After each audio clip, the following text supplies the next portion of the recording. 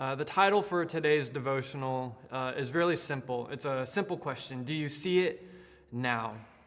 Do you see it now? Have you ever looked at a mistake and thought, how in the world is good supposed to come out of this?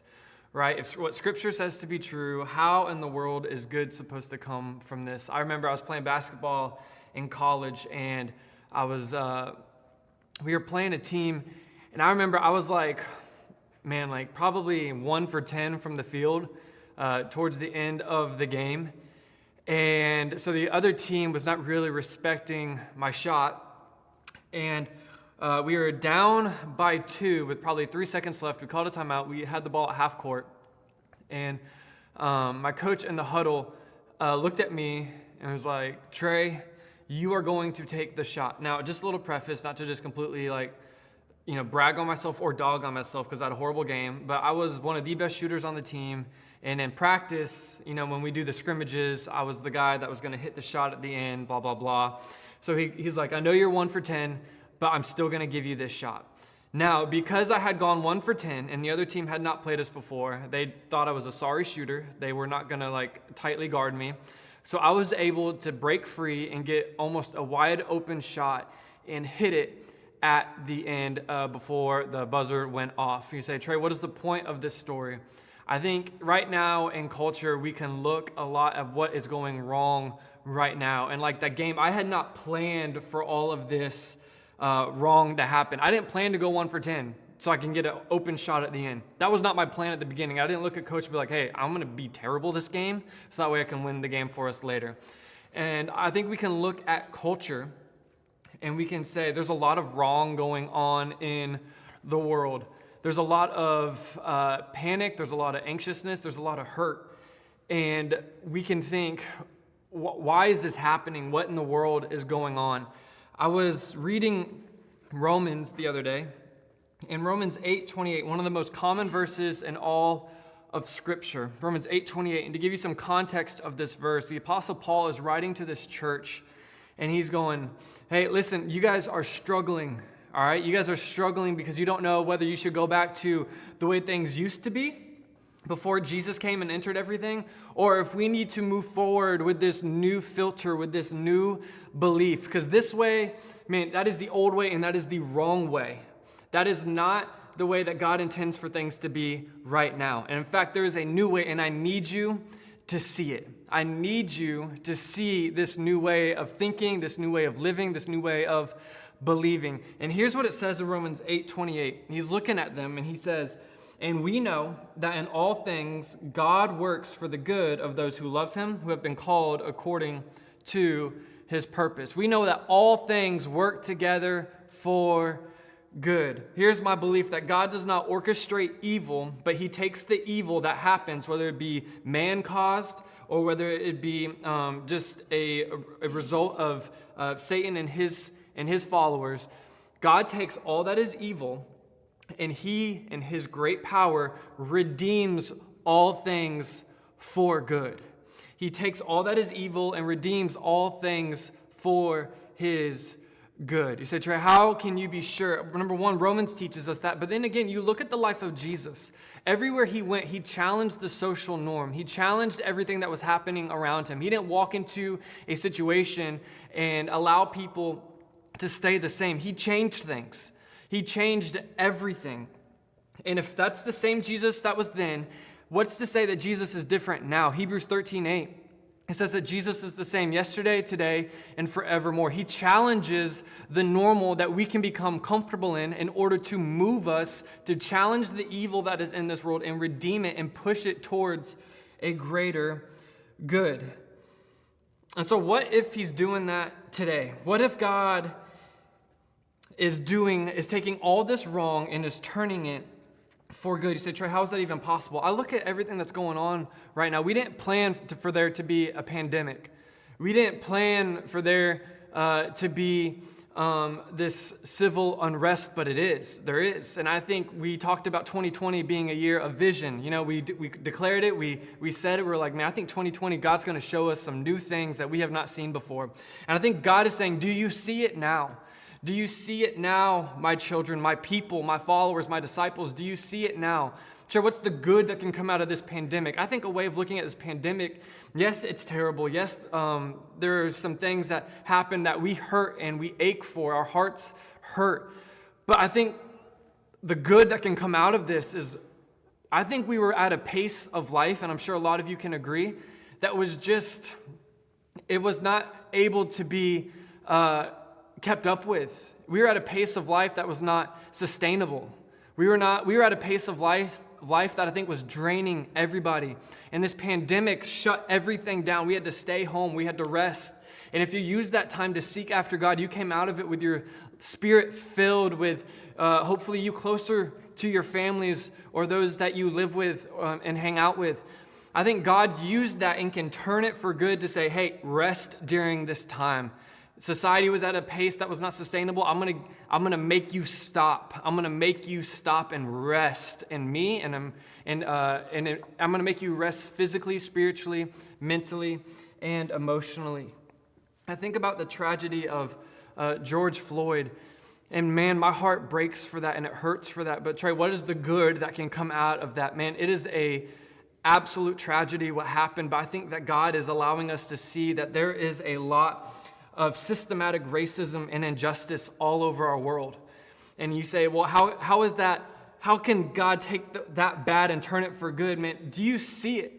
That God is awakening people to say that, hey, listen, there is a lot of racism that we did not see before or heard of before, but now that people are speaking up, now that people are showing up and speaking out about what they've experienced and about what is actually happening, I think our eyes are beginning to open up to things that for some reason we turned a blind eye to, but now we are starting to see it, and God is saying, I am going to take all this bad that is happening and use it and turn it for good. Do you see it now? That this is the God we serve. He takes all that is evil. He doesn't orchestrate it. He doesn't make evil happen. He takes the evil, and just how he did, does, and will always do, he will turn it for good. We serve a God of the redemptive narrative. We do. And you have an opportunity today and every day to be a part of this redemptive narrative. You see, we are called to be a part of Jesus' mission, and Jesus' mission is redemption. We are called to be a part of the mission, and that mission is redemption. Let me say it one more time. We are called to be a part of the mission, Jesus' mission, and that mission is redemption. Trey, how can I be a part of this grand redemptive narrative? Everything bad is going on in the world. How can I be a part of taking that and turning it for good? How can I be a part of that mission? Well, I think number one, you need to create a filter for your heart, mind, and soul. You need to create a filter for your heart, mind, and soul. Jesus was never influenced by the panic, but was merciful to the broken, peace to the anxious. He met them where they were, but with a heavenly mindset. I think we need to create a filter for our mentality, our spirituality, and our emotions, our heart. I think that anytime that you see something on the news or you read something about it on Facebook, and your emotions directly swing back and forth, that is a dangerous place to be in. You need to create a filter where you see hurt, you see anxiousness, you see brokenness, and you don't automatically overreact to it, but instead you think through a heavenly mindset and say, what would Jesus do? I'm going to create a filter of what would Jesus do? How would Jesus respond? How would Jesus speak? I'm not going to overreact. I'm not going to be part of that mob mentality of just what everybody else is doing, I'm a part of it. I'm going to stand for truth. I'm going to stand for what Jesus stood for. I'm going to be what Jesus was, and I'm going to speak like Jesus spoke. I'm going to think like Jesus thought. I'm going to hopefully be Jesus to people. But to do that, I need to create a filter in which I filter all these things that happen through the gospel. I can't just let this be reality. I need to understand that there is a greater filter in which the world does not help me see Scripture. Scripture helps me see the world. So we need to create a filter. You need to create a filter for your heart, mind, and soul. And then secondly, we need to meet people where they are, not where you think they should be. You need to meet people where they are, not where you think they should be. And Jesus did it all the time. He did. Jesus met people where they were. I think of when Jesus went to raise Lazarus from the dead. He knew that he was going to turn it for good. He knew he was the resurrection and the life, but yet he still wept with the people that were weeping. He still wept with them. I think about when Jesus came and he started to speak to people and teach people and heal people. He met them where they were. They voiced where they were with their truth. And he didn't look at them and call them an idiot and just argue about them and just put facts out there and just be like, you're absolute, like, I can't believe you think like that. Oh my goodness, I'm going to absolutely destroy you on social media. And Jesus did not do that. What Jesus did is he began to be like, all right, so if you believe this, but my truth says this, how are we going to elevate our thinking? How are we going to move forward? And he met them where they were, and he gradually, through empathy, love, and grace, elevated them to where a heavenly stance was. And I think that's what we need to do. We don't need to just come at people and be like, why are you not here? We need to reach down to them and be like, hey, listen, I'm going to show empathy to you. I'm going to show love and grace to you. I hear where you are, and I'm not listening so that way I already have an automatic response. I'm listening to understand where you are and to help you and guide you reach to a heavenly thinking, a heavenly speaking, a heavenly filter. And this is not like just blind optimism of everything's going to be great. It's I understand the hurt. And even if I don't understand the hurt, I know that your hurt is real, and I'm sorry about that. And I know what I'm trying to understand what you're thinking. I'm listening to you. And I agree with you, but here are some things that Scripture actually teaches different. And do you mind if we walk this journey together? So meet people where they are, not where you think they should be. And last but not least, be a voice of hope, love, joy, and peace. Be a voice of hope, love, joy, and peace. Jesus gives such hope. Jesus gives such hope, love, joy, and peace to us daily. And then not for us to be a border so that way we can keep it all and we become spiritually obese, but that way we can turn around and give it and go out and be a messenger to live out and flesh out all the things that Jesus has given to us. This is how we become a voice of love, hope, joy, and peace to the broken, to the anxious, to the restless. This is how we become Jesus to them and look and speak like Jesus is. We have to understand I look at what he's given and I become a reflection. I become a canal of everything that he is giving so that way I can give it to somebody else. This is what we signed up for, that we would be a voice of hope, love, joy, and peace. Now again, this is not blind optimism again of, hey, everything's going to work out. Everything's going to be great. It is, I know this is terrible. I know that either you want to go back. I know that there's hurt. I serve a God though, and so do you, who has a higher way of thinking, who has a better way of doing things, who has something new planned for you. And it's going to be better.